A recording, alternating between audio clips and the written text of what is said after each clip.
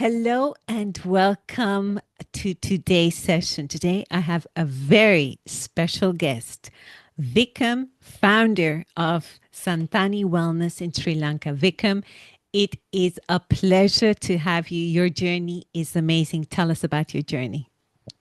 Thank you, Sonal. Glad to be here. Well, it's an interesting story. I'm not a hotelier. I'm not a wellness practitioner to start with. I was just a corporate guy who was getting burnt out in the US. I was in strategy consulting, and I started going out figuring out. I mean, I couldn't figure out why I was stressed in the first place because I had a great job. It was not really putting any pressure as such on me from a traditional work point of view. I was doing great. I wasn't even married. So there were no life stressors either. So I couldn't actually figure out why I was stressed in the first place.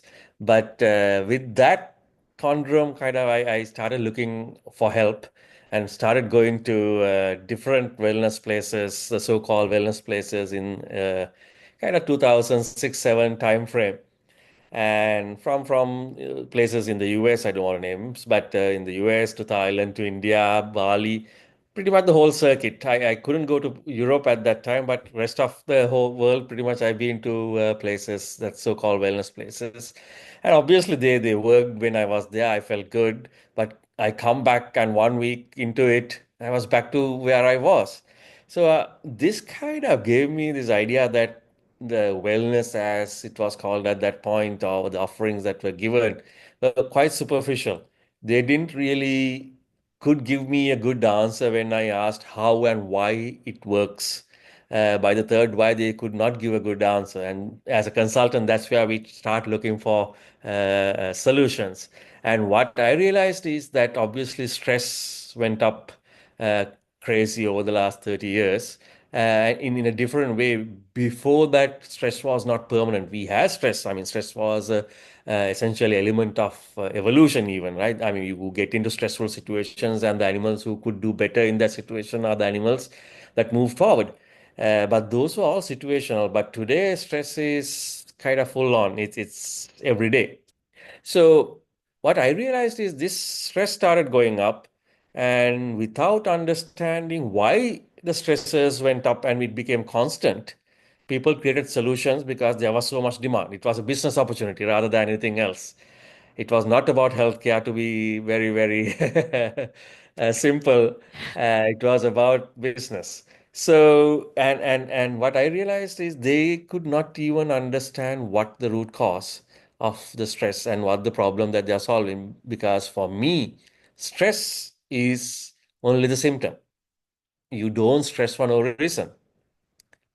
And all the solutions, even today, from proper healthcare point of view, giving you pills to suppress your symptoms, stress and mental health conditions, to getting massages and all nonsense about cryo chambers and cold plungers and different things that comes and go, is to kind of manage the stress part, which is only the symptom. I mean, obviously, you need to manage the symptom, but the real solution is about understanding why we are stressed today, in a different way than we used to, and then creating a solution at that level so we eliminate stress in the first place.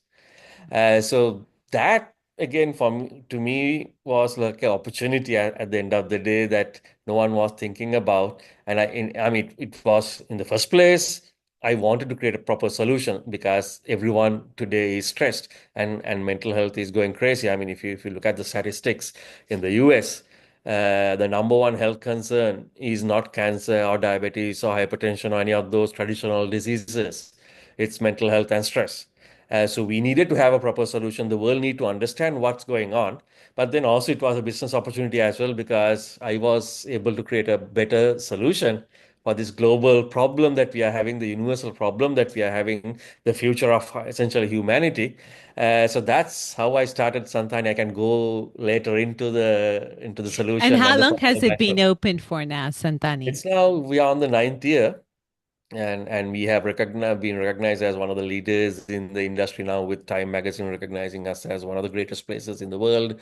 In the first year itself, Tatler Spa recognized as one of the top 10 wellness retreats in the world.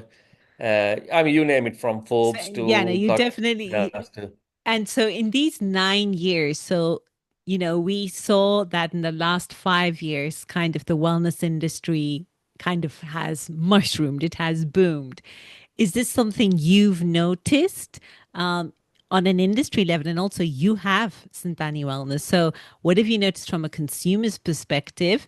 And what have you noticed just generally in the industry? How has this, how has it wellness evolved?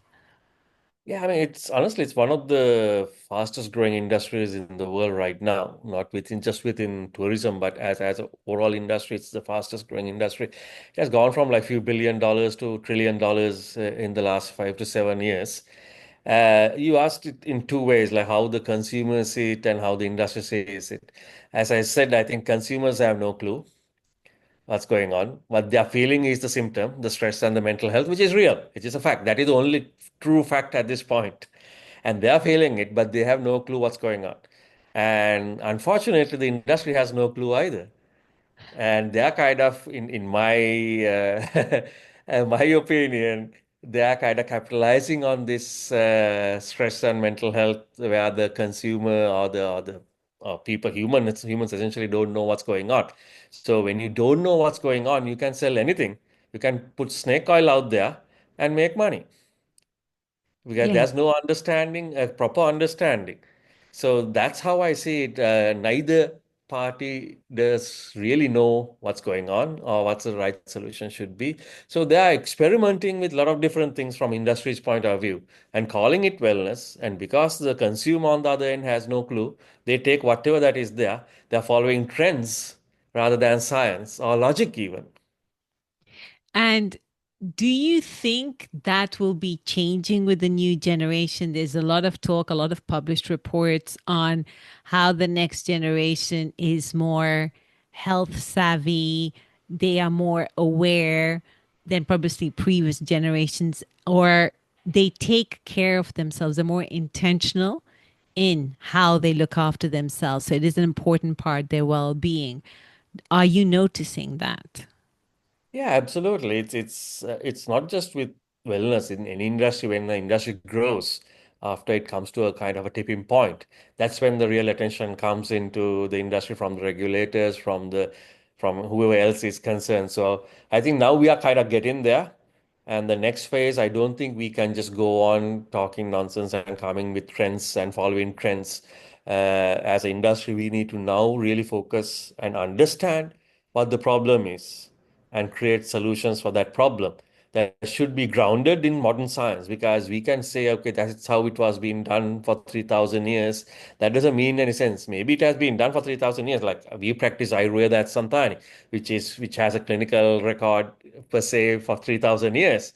But that does not relate to how modern science and modern wellness or modern healthcare is understood or delivered. So we need, as an industry, we need to come up with, elevate the industry to essentially traditional medical practices and be part of that. And I can explain it later with understanding what the problem is in the first place. Otherwise, I don't think it will grow. There will be scrutiny, and people who can't articulate what they are doing, why they are doing it, what is the logic of it, how does it work, will not survive in this industry anymore. So, I mean, this is interesting. You've touched on, we've seen where we've come from.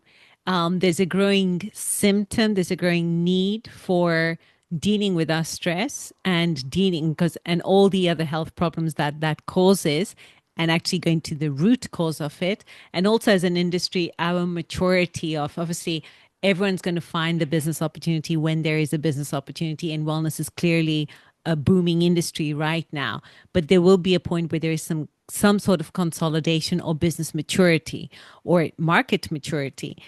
Where do you see our industry, let's say in the short, mid, and long term? Short term can be all of this year, mid term can be 2026, and then 27 onwards could be long. Where do you see us? I mean, the short term, I think as I said, I think we have come to the tipping point, and there's going to be a lot of scrutiny, and a lot of money is coming into the industry as well. And when real money comes into an industry, that's when real scrutiny comes in as well. So I think this year I don't think anything will change, but we have pioneered a different approach to what wellness is, and I think that's how uh, I see the long-term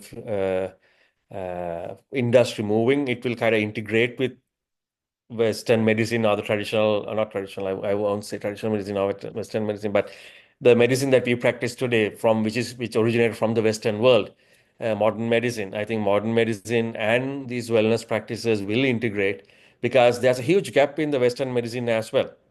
And then there's obviously there are things that these traditional practices can't do that the Western medicine or the modern medicine can do, especially from the diagnostics point of view. So coming these two coming together will create the future of healthcare. Essentially, it's not going to be medicine and wellness. It's about healthcare. It's at the end of the day, it's about taking care of ourselves and moving from this curative paradigm we have in the Western medicine into a preventative paradigm will be what it will be in the long term. And what do you think could be the potential spanners in the work or potential red flags? Uh, right now, the main red flags I see is that people don't know what they are doing. So I'll try. I said this many times, so I'll try to explain it a little bit more, right? So obviously, stress is there. That's a fact. It's universal. What's driving stress is what we don't know necessarily in today's context. Typically, as I said, stress is a situational issue. Like you have a breakup, you have a bad boss, you have a death in a family, things like that, that you can't deal with, right? Anything that you can't deal with are the situations that create stress. If you can easily do what you have to do, you don't stress about it, right? You do it and live happily ever after. But the minute you struggle to do what you have to do, whether it's putting food on the table or dealing with a breakup or a death, whatever, you start stressing. But these, as I said, these are situations, and once the situation passes, you ease into it. You ease back into regular life. But today we don't. We are in a constant stress, which means it can't be any of these traditional drivers of stress. Because you can't have breakups for everyone everywhere in the world. You can't have bad bosses for everyone everywhere in the world. Right? But today, everyone everywhere in the world is stressed. So, what is driving this universal stress? To us, to me, it's a evolutionary mismatch. Now, this may be the first time you're hearing evolution with stress. I'm uh, curious. I'm curious. I'm curious where this is go. It's interesting. yeah. So, when we talk of evolution in very simple terms, we are talking of survival of the fittest. That's the modern science evolutionary theory of how animals progress. And that's why I said, like, in stressful situations, some animals develop a trait or they have it and that comes out that allows them to move forward. Right? And that trait or that stress situation for billions of years has been about finding food and protection. Because to survive, you need to eat and not be killed. Right? Because if you're killed, you're done. You're not progressing. If you don't eat, you are dead anyway, and you don't progress. So it's essentially finding food and protection what you needed for survival. And for both these, what you primarily used for billions of years is your physical fitness. You fight or you flight. You fight and kill or fight and defend or run away and defend yourself. Or you freeze today. So the interesting question is now today, do you go fight an animal to kill and find your food? I hope not. Do you Yeah. run away from anyone to defend yourself? You're not as an individual, right? So then what's the point of being physically fit? Because the essence of the physical fitness was about survival, which is the essence of being a living being. But you don't use your you don't fight or flight today to find food and protection. So first question is, what's the point of being physically fit? Second point is if you are not using our body to find food and protection, how do we get our food and protection today? Any idea? You guide me. Right? So today we buy food and protection. We use our brains to essentially sell our thinking capacity, our cognitive abilities to make money. And money buys us food and protection. So from a essence of evolutionary point of view, which is procreating and moving forward as a species, what we are using is this. But what does the healthcare industry do or wellness industry do? They have gyms. They say go to the gym, exercise. They say eat healthy, take 10,000 steps, get massages, all for the body. In generalization, there's no gym for the mind. There's no 10,000 steps for the mind. There's no eating for the mind. But this is what's working, right? So this mismatch has happened since we moved out of the jungles and came into civilized world, which is about 7,000 years. For 7,000 years, the utility of the body from a survival point of view has been coming down, and the utility of the mind has been going up. But we have not recognized that switch. We kept taking care of the body because that's what we have been doing for billions of years. That's what we are used to. That's why we even have things like Olympics to figure out who's the fittest. There's no Olympics for this. I don't So know. that, I mean, there is like Manth Olympiad and stuff like that, but it's not like no one cares about that. So But where that's does the one that issue to be bring us carried. to today? So where does that bring us to today? So now this mismatch was happening for 7,000 years without us realizing.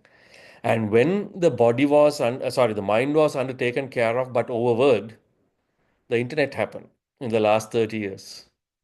And with that, the demands on the cognitive system skyrocketed. The amount of information on the internet from 2000 to today, which you are talking about 25 years, is 1,800% more. It grew 1,800%.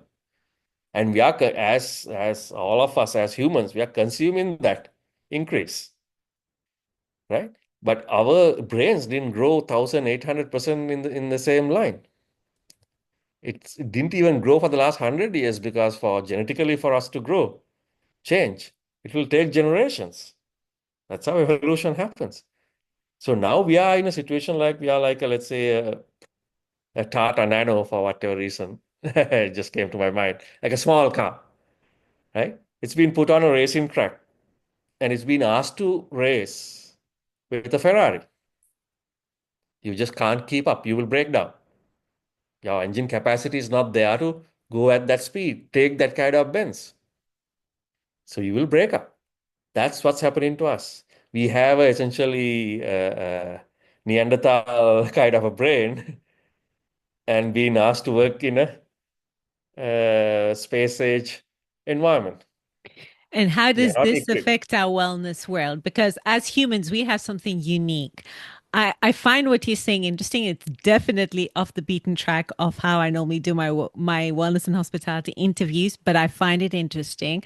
And there is some valid points here where, okay, fair enough. Let's grant all of this as true because what you're saying, there's definitely an argument for it. But humans, we have a primitive brain and we also have a prefrontal cortex. And this is what we need to be managing better, if without going into the exact science into it. So what does that mean in our wellness industry? Because we won't change, we won't evolve in 100 years, right? Or evolution takes time. What does that mean to our industry today? So more than industry, what does it mean as a solution? So we can't evolve. That will take generations. But what we can do is behavioral adaptations. Right? Until we get to that point, we give ourselves the highest chance for us to progress. And that comes back to being the fittest. But it's not physical fitness we are talking about. From the point of view, how we know physical fitness, but physical fitness is what matters is not having diseases. That's what physical fitness is about. Because when you have to now jump up, adapt fast, make behavioral changes very fast, to work at the pace that's been demanded of us. You can't have anything else pulling you down. Now, there was a very, very clear example that happened very recently that again no one took notice of in their way it should be. COVID, right? The COVID virus didn't go anywhere. We didn't kill the COVID virus. It's right here in front of us, but we don't get sick anymore the way you used to 3 years ago because we adapted to it. Right? And in that adaptive process, which took about 2 years, who didn't make it? People who had predisposed conditions. They were already fighting other battles. They didn't have the focus or the strength, enough strength to go through this 2 years until the body could adapt to it. So that's what happens when you have to change and jump up very fast. You have to put 100% of the focus on that. You can't have anything else pulling you down. And today, what's pulling us down is these chronic conditions. That's where I said from the Western medicine point of view, being curative practices won't help. We need to move to a preventative practice. And that's where the detoxing comes into play. So detoxing is essentially 100% on the body, from essentially cleaning out the root causes of diseases that will happen because diseases are generally degenerative conditions that happens with aging, right? So the it sets in rather at like 30 35, but manifests as a disease at 50 55.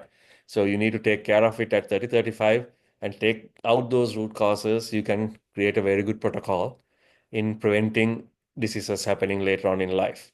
So that's the physical fitness we are talking about today. But what's now more important is because we are using this, and this is the main driver, you need to do about 10 times more of what you do for the body. And that's where yoga, meditation, breath work, all these things come in. This is essentially, in one sense, we need to clean the garbage in here, because if you free up space, then you can take up more space. That 1,800% increase, you can take some of it. Right? And the other part is expanding the capacity of it. That way also we can take more.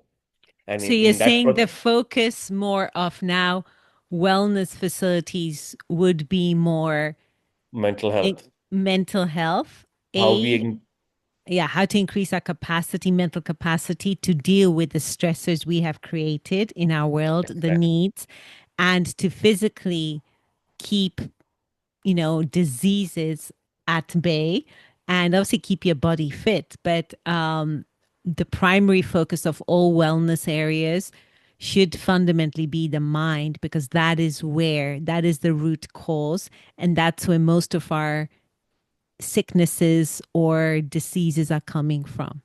Absolutely. And in your example, in your journey in setting up your business for the last 9 years, tell us about that journey because I know listening to me also, many people who were in your situation had a wake up call in life and needed their health to be sorted out, then found that they had no answer and they had to pick it up themselves. And then they thought, I might as well create my retreat or my resort where I can heal people because there are not enough of them. So tell me how your journey has been, but specifically the focus on the obstacles, the hard part, because we're seeing the beautiful part. It's a highly successful business. You're doing fantastic work, but what have been the difficult parts? I mean, so you obviously, I'm not going to touch on the standard stuff about any startup person has to go through, like the loneliness. You're at the top, you have no one else to go to. All that was there. I'm not going to touch on those because those are kind of universal for any entrepreneur, any founder, even But any I CEO. think it's the reason why I think it's also very relevant to highlight here is because in our business, it's a bit like the restaurant business. If you know how you think you love cooking, go and set up a restaurant, and then you find out, oh my God, I'd never want to cook again. Or with wellness, you've had that transformation, you've received it, you've seen it, and you see how it works, it works. And then you set up the wellness business. And then you find, okay, I am genuinely on my own, even though wellness is important out there, there's certain challenges. So I'd love to hear your journey. However, wherever you want to shed the spotlight on Yeah. the I difficult think I think parts. I think so. So yeah, being now again, when I started, it was the early days of the wellness kind of this boom. It hadn't come to the boom really happened in the last 5 years where every hotel wants to put a yoga mat and say, here's wellness. Now, I started like 10 years ago. We have been operating for 8.5 years. So actually about 11 years ago when I started the journey, right? So at that point to actually convince people that this is the future, that humanity is kind of in this tipping point in a existential crisis. People are laughing. What the fuck were you talking? That's essentially the response I got, right? Just go and do some yoga. I mean, they were just doing things without understanding the problem, bigger problem. So convincing people, especially the investors, was one of the key things. But more than that, it has been an uphill battle for me because I have looked at it, I explained it from a very, very different point of view. And I was trying to not follow any of the trends and try to understand the root cause. So the industry itself, I couldn't necessarily grab onto the trends and the things that were happening that could have helped me to go on a smoother journey. But I took the hard route by going into this root cause and saying that this is an evolutionary issue that we need to do these things first. And that dialogue hasn't happened that much because everyone is going with kind of more it's relatable things, gimmicky things, and so that has been, I think, my main challenge. But now people are realizing it, and more people getting into wellness, more people start questioning how it works. And then, so I think we are primed in that sense today to answer those tough questions rather than say it's just how it is. That's what Global Wellness Institute say. Oh, that's what Condé said as a trend. That's not a good answer to me. It needs to make sense. Hmm. Yeah, I think there's definitely a lot of trend chasing, and we get sidetracked so easily. Where, it's the blink syndrome. What's the next shiny toy out there? And on that note, of trends, setting up your own business, the challenges because you have your own unique perspective on wellness, and a valid perspective. But what advice would you give other people who want to follow your path, so set up their own wellness retreat, make an impact, solve real problems? Well, I'd say solve the root cause. And also, wellness leaders managing that, hotel wellness, where to go beyond that, just put a yoga mat in the room and that's wellness, right? What advice would you give everyone? Because a decade in this business and in the weeds of it, there's a lot of wisdom there. So I think, yeah, the first thing is know what you're delivering, who you're delivering it to, why it works. And it's not because Opera is doing it or some other celebrity is doing it, not because it's been done for 3,000 years either. Honestly, it has to make sense to some consumer today from today's point of view. If you can't articulate that, don't go into that business. That's the first advice. Second thing is, again, wellness is not about just putting some equipment together and bringing in some practitioners and calling it wellness. And unfortunately, because everyone is talking about wellness, the whole hospitality industry is going behind it and just converting few spaces into gyms and equipments and yoga mats and putting few people, hiring even tennis players these days, and calling it wellness. That doesn't work because we are solving in the first place. Again, this is my point of view because we focus on the mind as number one most important part from a today's wellness point of view. Because that's what we are using. So when the mind needs to be taken care of, you need to create a space like what you used to take develop like from even from the Roman ages when we had the Roman baths. There was a effect to it. When you go there, you had an effect of feeling. But how do you extrapolate that for the mind? So the spaces that we are in, because at the end of the day, whether you're in a gym or whether in a wellness clinic or a wellness retreat where you're there for 21 days, you spend most of your time inside some space, inside some dwelling. And that space has a profound impact on your psyche, how the mind works, how it relaxes itself. So architecture is very, very important. You can't necessarily just have a building and say, okay, I'll put a facility here. And that's one of the key success factors of Santani as well. I think we are the first to incorporate architecture as a wellness element, a wellness driver or a mental health driver, and created architecture, and we called it the architecture of silence, where through architecture we create silence in your mind.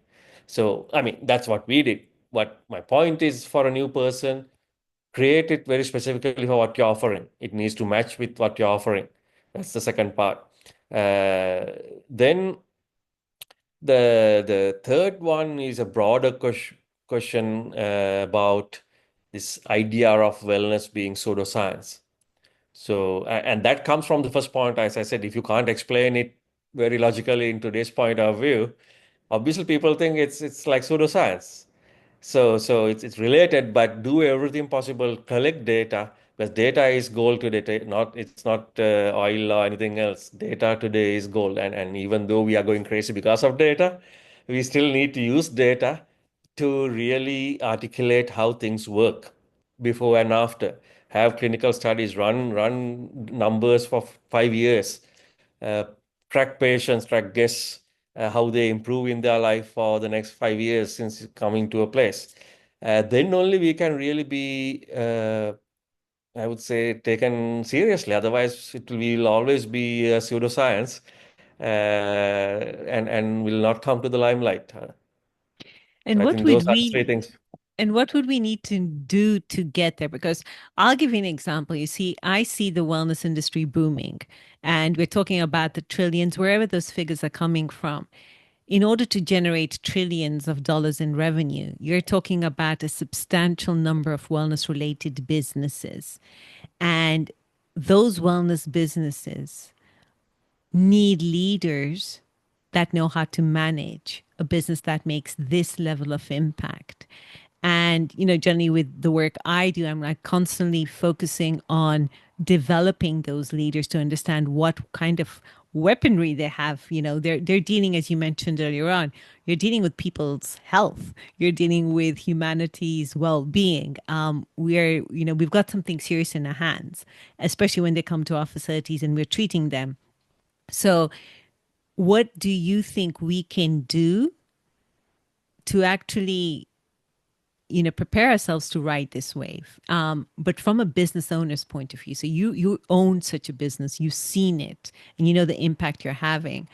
What do we need to do to get there? I don't think there's anything specifically we need to do because the industry has now got to a point where it's big enough for serious players to come in. And with serious players, serious talent comes in. That's a natural progression, right? So I mean, I'm a different person because I'm an MBA and all of that was in strategy with big four strategy companies in New York and DC, and moved in. So because I saw that opportunity. And in my business, I try to hire MBAs as well, professionals in that sense, who who can then articulate the wellness side better than a wellness practitioner themselves, right? So I think the talent is now starting to come in because it's at the end of the day, it's business, it's money. When you see money, money attracts money, and with that talent follows. So I think that is happening, and with that, people will start critically thinking about what we are doing, how we communicate it, all of that. As any other business, I think that will happen. So I don't see anything specific you need to do.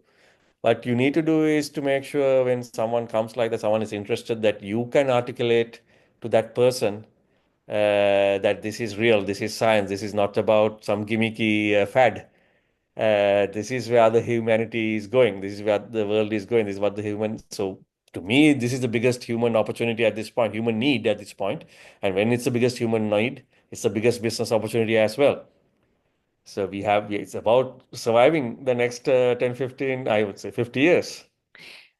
You know, now, you brought something interesting. You said, money attracts money, and we're seeing a lot of outside talent come into our industry. They will follow the money trail. And as wellness is growing as a business, um, if we go specifically into wellness and hospitality, and that's an element you can definitely understand within Santani Wellness, um, most traditional, so I call them traditional hotels with no intention to offend, but let's classify it as the traditional mainstream hotels that have the hotel and the main pillars of business are hotels and food and beverage, and wellness is slowly picking up. So traditionally, wellness and hospitality in these hotels has represented a very small portion of direct hoteling, revenue. So when you look at the profit and loss, what spa and wellness normally gives is, let's say, 1 to 3%. That figure can go to 4, 5%. And we are always not comparing apples with apples. Each person measures it in their own way, and in some places, in some locations, that can go up to 18%. That's nowhere near the 33 or 40% if we are talking, the triad of the business of hotels would be rooms, food and beverage, and wellness.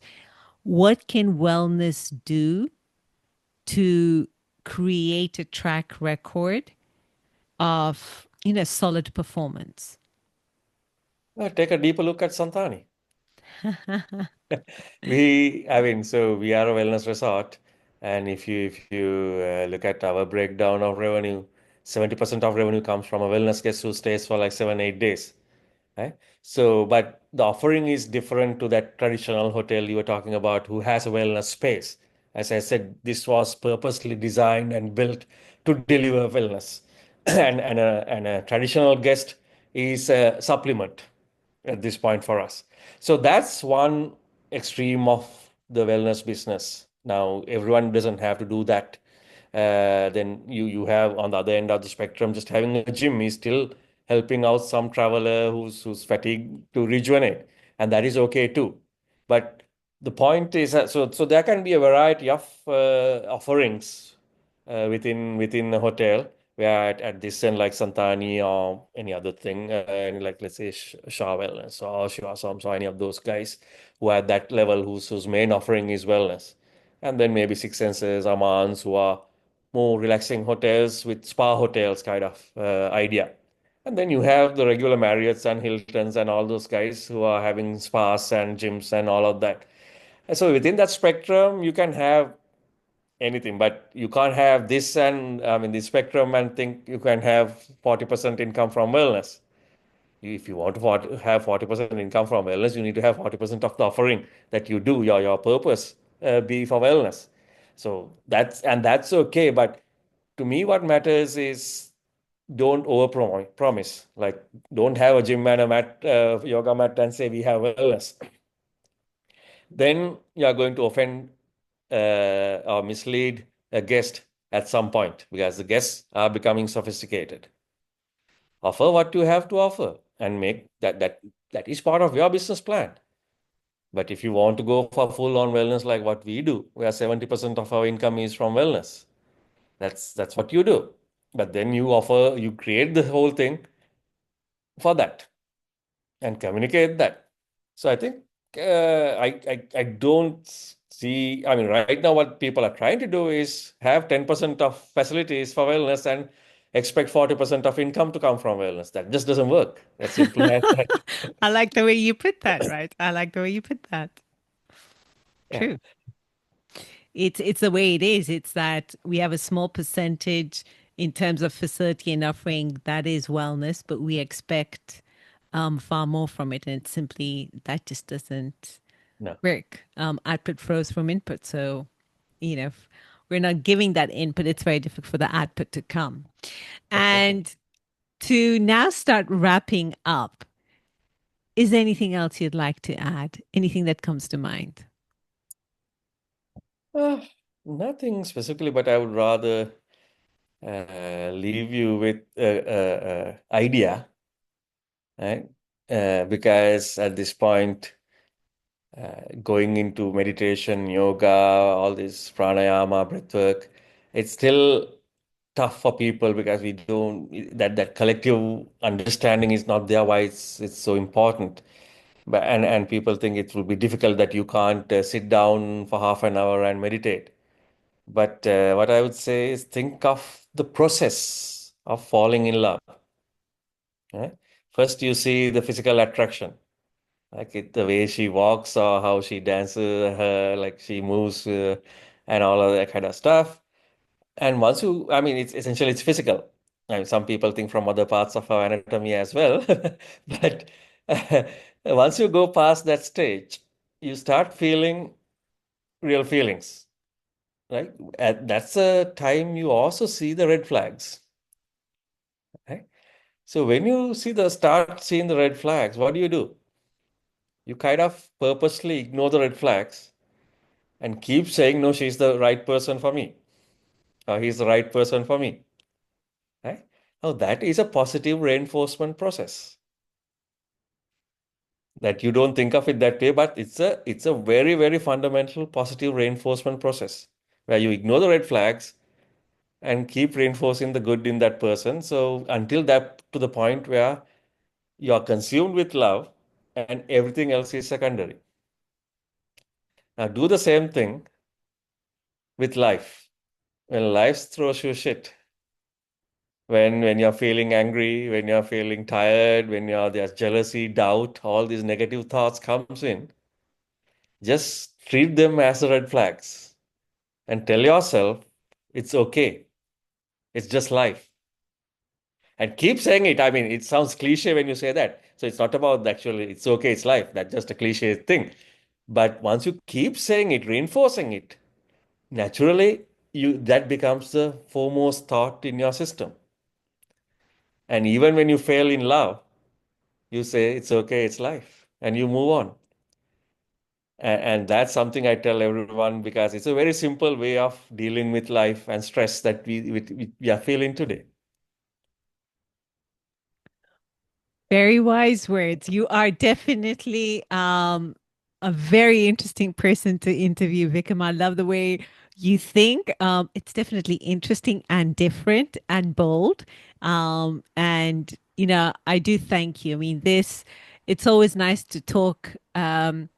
To hear your journey, what you've managed to create, and also the way you think. So it goes beyond like, oh, I just want to create a wellness retreat. Though I don't think anyone goes down that route just because they want to. There is that deep purpose that drives them. So it's been interesting listening to your story and also your take on where we should be, focusing with wellness. And I think that is the future. Instead of using it as a trend, like mental health and why people are getting stressed, getting curious and really getting to know what's happening with our consumer will also help us solve their root problems or help them manage it in a better way. And I think ultimately they're coming to us for that. And I think that's our responsibility to also incorporate that preventive model into our businesses, and which you do so well at Santani Wellness. So thank you so much. It's been definitely a very, very interesting conversation. A huge pleasure. Thank you very much. It was a pleasure.